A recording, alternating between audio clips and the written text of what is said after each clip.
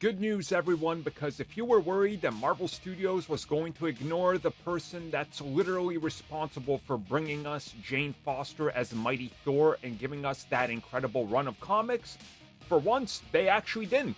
They brought the people involved with the comics directly on board to advise for the film and the character's live-action debut. So, slow clap.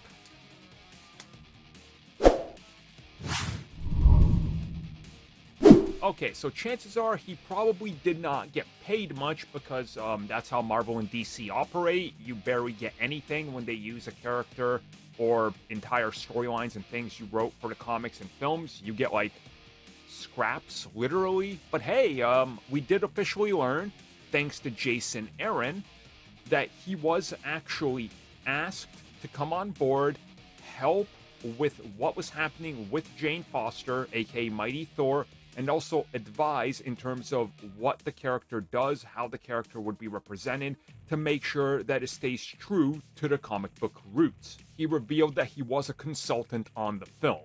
So, honestly, that's pretty awesome. You know, we've talked about it previously where sometimes one of these films is coming out, or TV series, and then the comic book writer or artist are asked about their involvement, and they're like, yeah, so, they actually didn't even pay me. They didn't even contact me. As a matter of fact, they actually straight up ripped me off. We've heard that like a million times.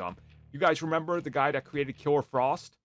DC was like, actually, if we just change one thing about this character, we don't have to pay you royalties.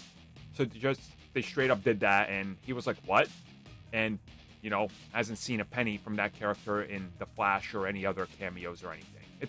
It's unfortunate, but that's what these companies do with these contracts. So it's always nice to find out that these multi-billion-dollar companies can afford to pay some of these people that are responsible for, you know, Jane Foster, for example, becoming Thor and literally inventing Gore the God Butcher and many of the things from Thor Love and Thunder, that they were actually asked about advised on it, and probably got paid, because he hasn't said otherwise. So I like this. You know, it shows that maybe these companies can spare 0.00000000001% of their earnings and actually pay somebody that's important.